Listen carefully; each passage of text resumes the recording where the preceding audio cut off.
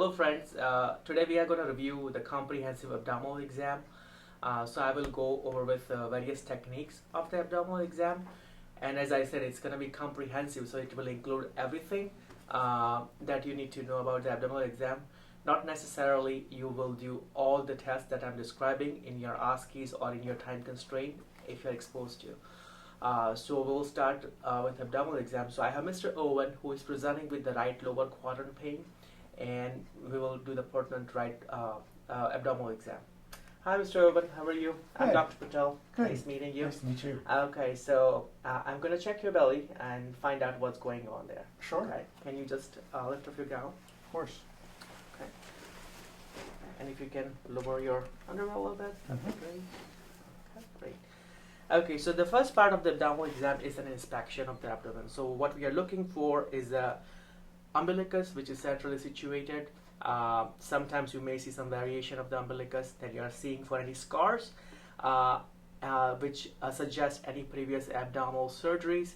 You can see any stria, you can see any dilated veins, as well as a contour of the abdomen. So either is a flat abdomen or a scaphoid abdomen or a distended abdomen. So that's an inspection of the abdomen. It seems like Mr. Owen has a flat abdomen, umbilicus is normally situated, no scar or dilated vein on the belly. So that is an inspection of the abdomen. Now here we are changing the sequence. So remember, in the lungs and the heart we did an inspection, palpation, percussion, and auscultation. Conventionally for the abdominal exam they prefer to do the auscultation first and then percussion and the last palpation. So we will auscultate the belly for the bowel sounds. Now people say that you don't have to hear the bowel sound in all four quadrants of the abdomen. If you listen to the one spot, that should be enough. So I'm going to listen to your bowel sounds. Sure. So bowel sounds you usually listen for 30 seconds at least.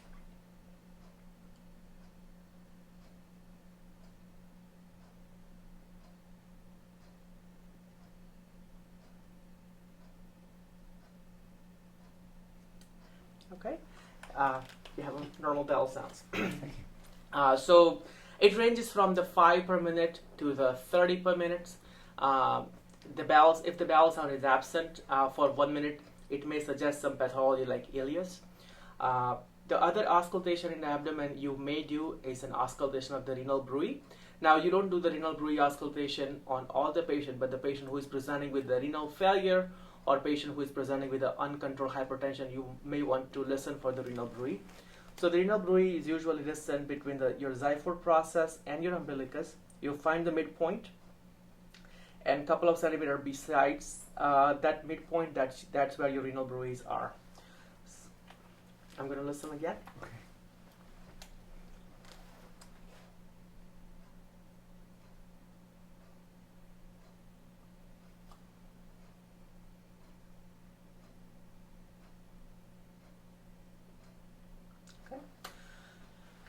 So that was a renal bruit. It's just like a murmur in the renal artery because of the renal artery stenosis. So that was an auscultation of the abdomen. The next will be the percussion of the abdomen. So abdomen contains the air, mass, solid things and the liquids. So the percussion gives us an idea what is the distribution of the gas and the fluid and the solid in the belly. So you can percuss.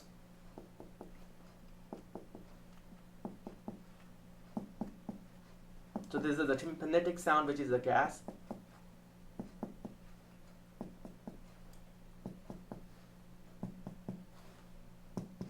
So this is all tympani. This is some solid there because of the stool.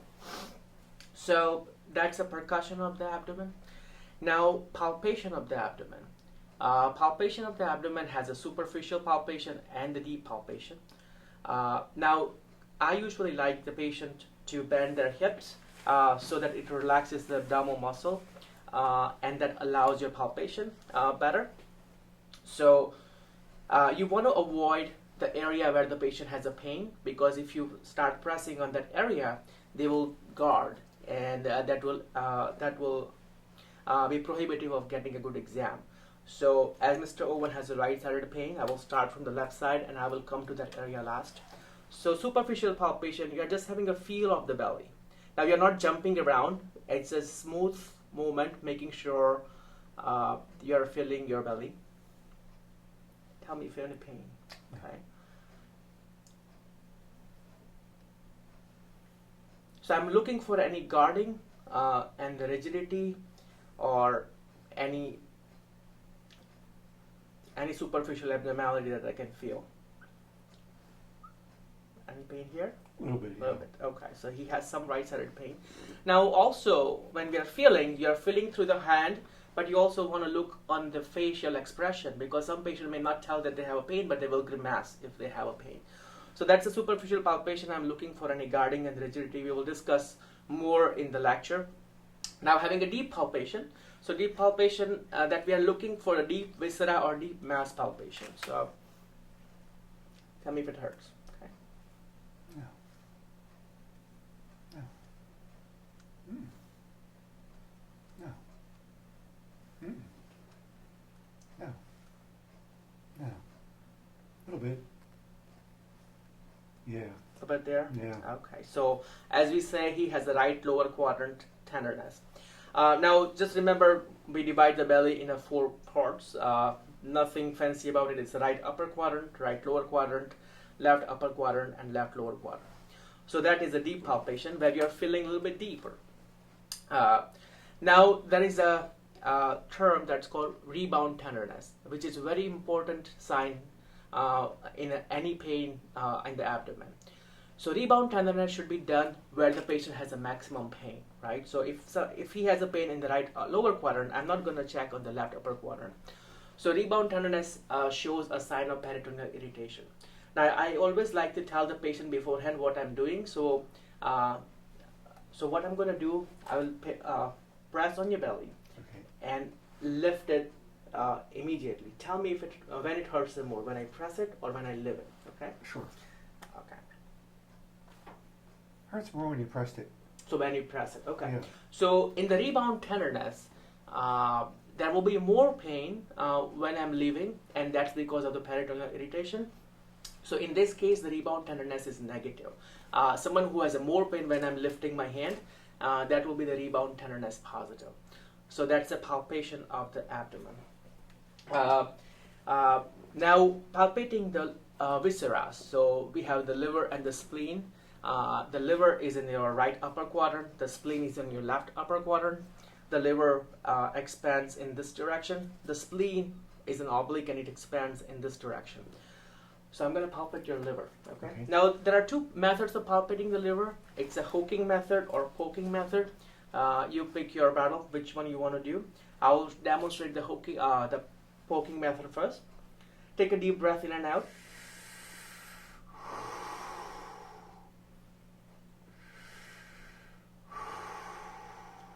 Now the liver goes down when the person is inspiring.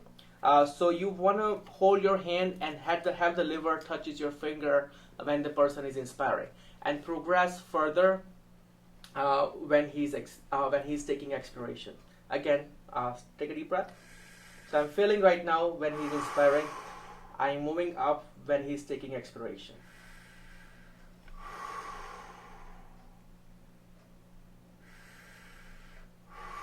So I feel a little liver edge. That is not unusual in a normal patient. So that's the liver palpation by the poking method. Now you start from the right lower quadrant because you don't want to miss the enlarged liver, which could be in the right lower quadrant. So that was the poking method. Some people like to hook like this and feel for the liver enlargement. So can you take a deep breath? Again.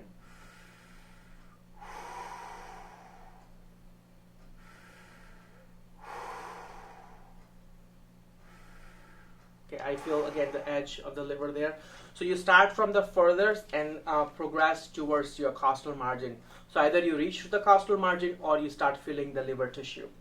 So that is the liver palpation by the poking method and the hooking method. Now, people also describe a test called a scratch test. So scratch test is is an auscultation of the liver, because you start scratching on the belly and you see the difference in your auscultation findings.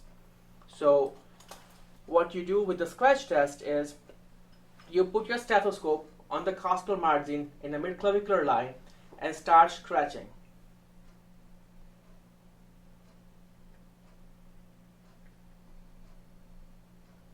So you start feeling your note change when you come at the liver margin, because remember from our discussion, the solid transmit the sounds better than the air and the fluid. So when you start feeling the larger scratching sound, that's where the liver edge is. So, and that's a scratch test.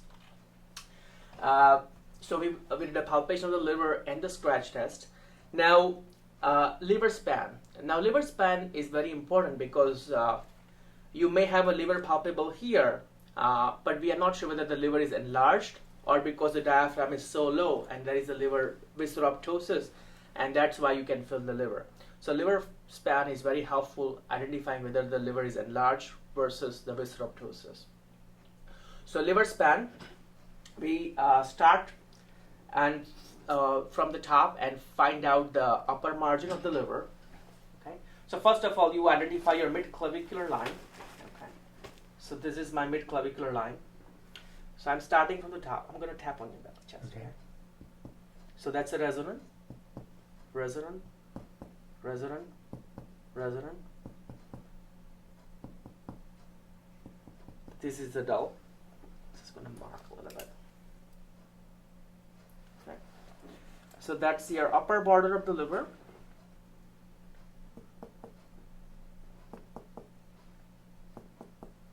The tympanitic.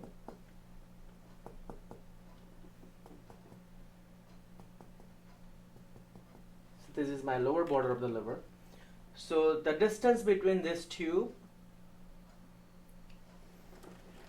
is the liver span. Now, if I measure it, let me see if I have a.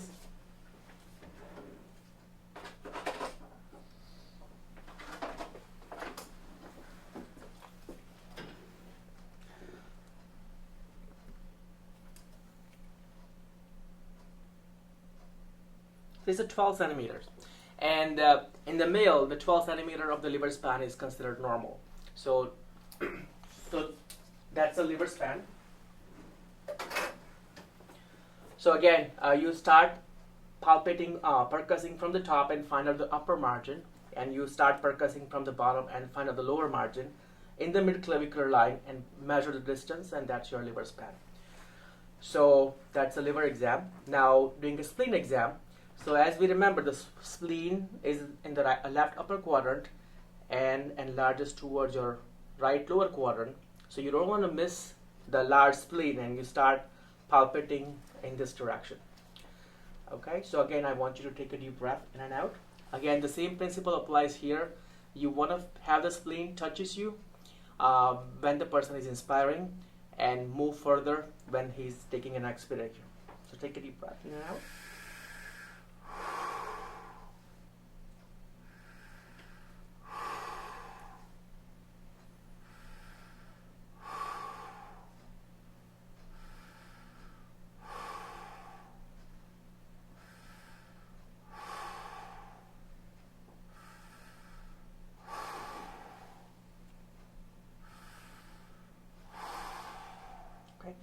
So the spleen has to be enlarged twice as much before you can palpate it. So palpation of the liver edge would be okay, but palpation of the spleen is never normal.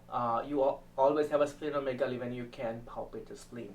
So either you touch the costal margin, you start feeling the spleen. So that's a palpation of the spleen. Now very important is a percussion of the spleen, and that's called Costal's method. So you find out your anterior axillary line. Okay, and you find out the lowest intercostal space. So this is my Costal's point. Now in this area, typically, if the patient has not eaten recently, that's where your stomach gas and shadow is, and it's a normal tympanitic sound at that area. But when the spleen gets enlarged, it can obliterate that tympanitic area and becomes dull. So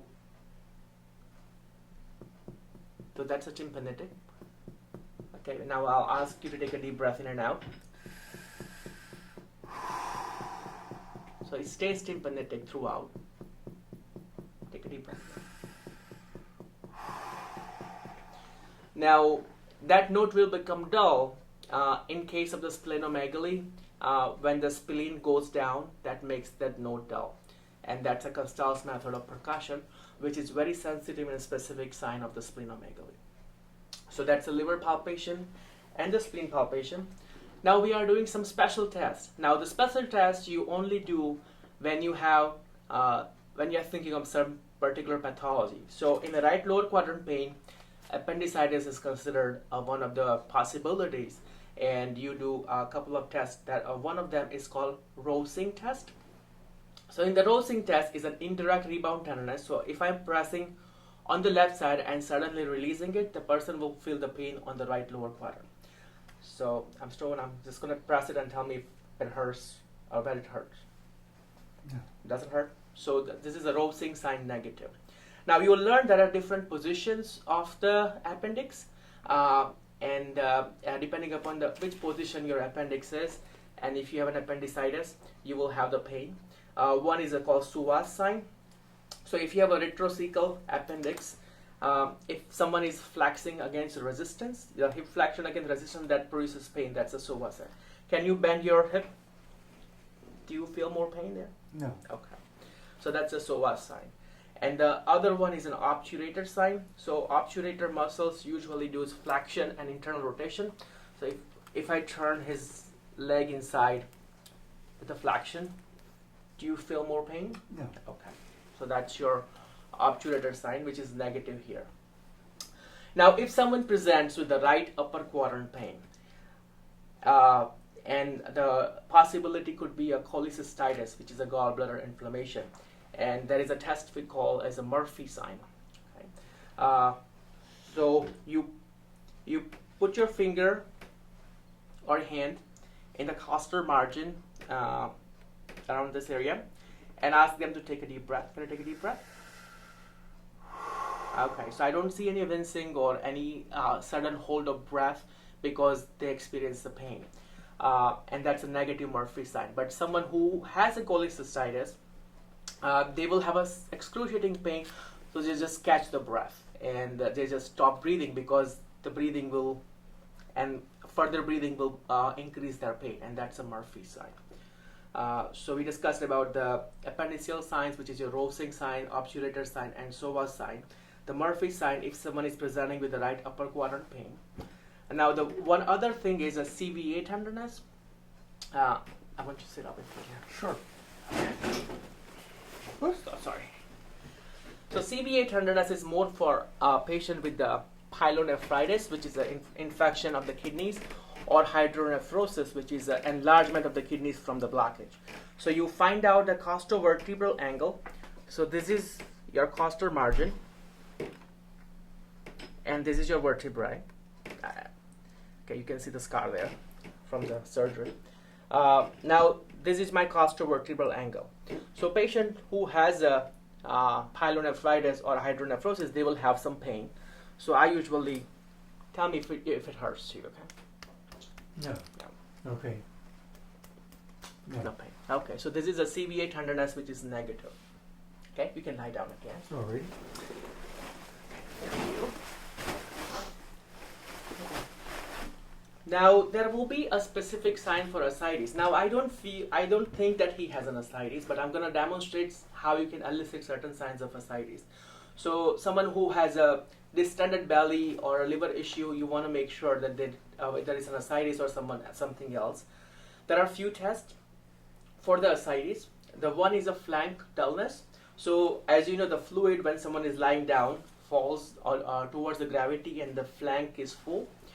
So what I'm doing is percussing on the flank to see whether there is any dullness or not.